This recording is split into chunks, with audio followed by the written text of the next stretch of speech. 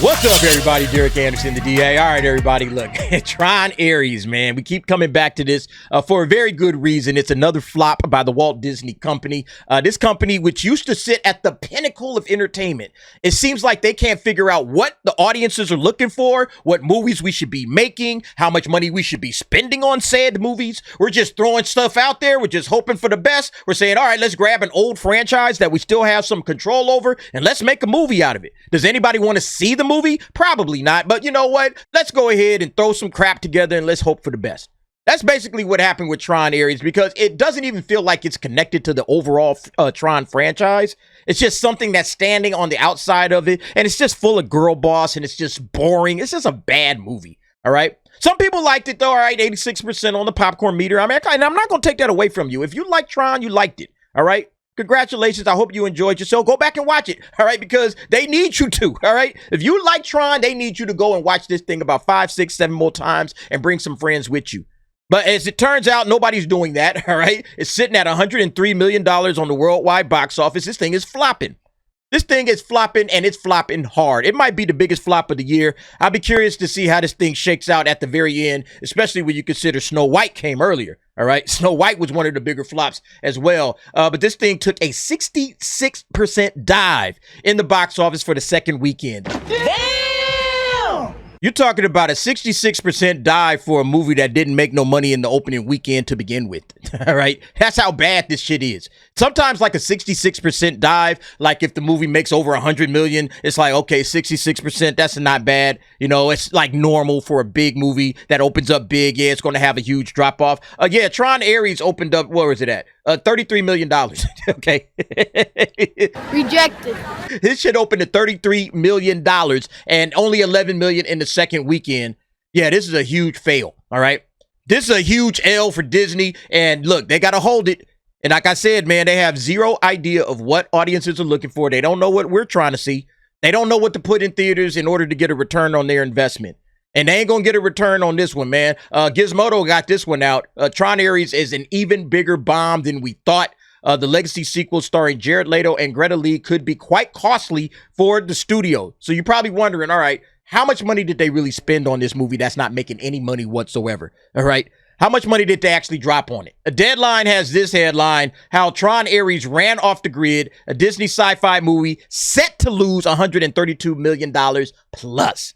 I think that plus is going to be even more than that. I think this thing is going to be upwards of $150 million when all is said and done, because I don't think it's going to make that much money more than what it's already done. It only made $11 million in the second weekend. Like, what's going to happen next week? 3 million, 4 million. Chainsaw Man is dropping this week.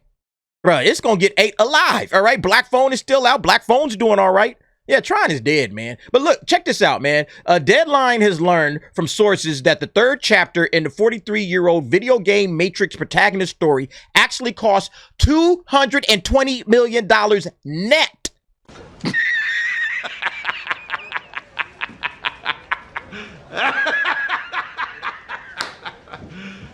You serious? Net, not gross, net. That means that after all was said and done, any tax credits and all of that other shit, after that stuff comes out, the net cost of $220 million is absolutely wild. Not the $170 to $180 million that was floated out there. You see, they always lying about the budgets. Never take the word of on any of these studios when they say, oh, it only cost us $180 million. They're lying. He ain't lying. They're lying. They're always lying. When James Gunn says, oh, Superman only cost $220 million, you're lying. All right? When Marvel says all of these movies, oh, they cost us $200 million, they're lying. And they're lying about Tron. They floated it out there. They reported it. They said, that's it. And nope, $220 million according to Deadline. And it probably costs more than that. And I don't understand, like, what made them think that people were coming to watch this movie in the first place? I think this is the big problem right here, Jared Leto. Okay, I think Jared Leto, and a lot of people's like, man, it's not Jared Leto's fault. Jared Leto is the one that pushed for this movie to get made. Yeah, this is on Geek Tyrant, how Tron Ares became Jared Leto's personal mission to keep the grid alive. Jared Leto is the reason that this movie exists. This movie does not exist unless Jared Leto is pushing and pushing and pushing and banging on every door and trying to find somebody to make this movie. And then he finally gets it made. Disney coughs up $220 million to get it made. and then it flops. It's like, why? Why are you listening to this dude? Like, it says it here in the article. It says the absence of returning characters, aside from a brief Jeff Bridges cameo, left many wondering what Disney's plan was. Now that Ares has been released and has struggled to find its footing at the box office, those questions have only grown louder. Well, it turns out Tron Ares wouldn't exist at all if it weren't for Leto. After Tron Legacy director Joseph Kosinski's planned sequel, Tron Ascension, was scrapped by Disney, the project was all but dead.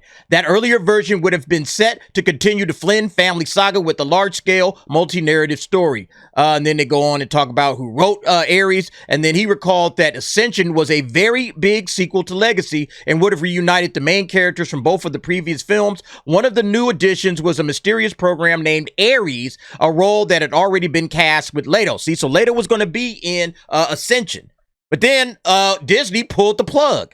They said, nah, we're not going to do it after all. Pulled the plug. This franchise is dead. That's probably what they was telling themselves. There's no reason to continue going along. But Leto refused to let his connection with the grid fade away. A lifelong Tron fan, the actor saw something special in Ares, and he wasn't about to let the project disappear into a black hole of abandoned projects. All right. And he talked about how he loved the first film. He saw it in the theaters as a kid. It changed his life. Blah, blah, blah, blah, blah. So Jared Leto is the one that kept pushing and pushing and pushing. He threw some of his own production money behind it, I believe. You know, really trying to get this thing up off the ground. And finally, Disney relented. They caved in. And here we are now. Oh, we got a flop on our hands. Thanks a lot, Jared, for convincing us to waste $220 million on your little passion project. It's like, all right, good job, man. It's like you could have at least connected it to the Tron franchise by keeping Flynn and keeping Tron in this entire thing. You could have did that. But no, that's not what Jared Leto is interested in. And look, that brings us to this right here, man. Vulture had put this up. The people do not want to look at Jared Leto. Well, no fucking shit. Look, I know it's going to be some Jared Leto super fan somewhere in the comments that's going to jump out here. Oh, no, you're wrong, DA. Jared Leto's awesome, DA. I know it's going to be one of y'all cats out there. But look, the box office speaks for itself. All right? Nobody's going to watch this dude in the movie theaters. Nobody. Maybe y'all love him, okay? But nobody's going to watch this cat. He is not that guy. I don't know why they keep throwing him in movies. He is simply not that dude. He's not the guy that all the chicks is going to come and watch. And all the comic book geeks and nerds and all the sci-fi cats. Oh, man, I love Jared Leto. Oh, he's in this movie. Fantastic. This is going to be great. He is not that dude. He's not an actor like that. I'm not saying he's a bad actor, but he's not the kind of actor that they're trying to push him in all of these franchises, all of these big-time movies. Look, they talk about it somewhere in this article. Yeah, here we go right here. Leto has also been an underperformer of late. A Haunted Mansion was a flop for both Disney and Leto. House of Gucci wasn't the awards accumulator folks hoped it would be. And Morbius bombed so bad, it became a meme. Right. And now you got Tron. Okay. And look, they're still trying to talk about that Tron ride at Disney World. Oh, the Tron ride. It's just a commercial for the Tron ride at Disney. Like, come on, y'all. Are y'all really telling me y'all spent $220 million to make a commercial for a Tron ride? Is that where we going with it? This is stupid. This is just straight up stupid. But yeah, this guy, he's just not that dude, man. And then the other part about it is the Tron franchise itself. I'm not saying that Tron is a bad franchise. I'm saying that it's a franchise that's already shown that people really ain't coming to rock with it. And if you was going to do this, you should have did this about 10 years ago. And since you didn't do it 10 years ago, just like, you know what? Scrap it. Move on. Maybe come back in 20 years and reboot the entire thing and have an entire plan laid out with a series of films. And you know exactly how this thing is going to go and everybody's going to love it.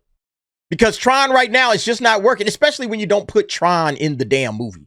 Okay? That's the biggest problem. But see, look, this is leaning into another issue. Jared Leto's Tron Ares flops at the box office, raising concerns for He-Man. So yeah, Jared Leto is going to be playing Skeletor. I love this picture, by the way. This is too funny. But Jared Leto is playing Skeletor in Masters of the Universe. And now you got to start scratching your head and wondering. It's like, I don't know. I don't know, man. This dude, he seems like he's in a lot of flops. He doesn't exactly like raise the bar for this particular movie and make everybody think, oh, yeah. You know, we're going to absolutely kill it at the box office with Jared Leto in the movie. Again, he might make a great Skeletor. I haven't seen it, so I can't say. But I'm just saying, from a box office standpoint, he's not bringing boys to the yard or girls to the yard or anybody to the yard. He certainly isn't worth $200 million. All right. He's not headlining a movie. You know, now, again, there's other actors in He-Man, so we'll see how that goes. But yeah, I think this is just a big problem right now. Disney keeps running into these flops. This is the 6th major flop this year. We already saw this one, right? The Marvel Cinematic Universe flopped all year long. Falcon, Brave New World flopped. Thunderbolts flopped. Fantastic Four flopped. And then you had Elio, and then that was, Snow White. And now we land on Tron, all right? Tron Ares, an even bigger bomb than we originally thought. That's crazy, man. That's crazy. Look, at the end of the day, Disney, they are Flop City at this point. They are no longer the Magic Kingdom. They are Flop City. These guys can't get their shit together. Now, I know there's going to be a couple of more movies down the end of this year, you know, specifically Zootopia and Avatar. They're probably going to clean up, make a lot of money for this company, just like Lilo and Stitch did. But you can't take away from these 7 flops. All right, including Freakier Friday, which I also believe flopped. They don't know what they're doing, man.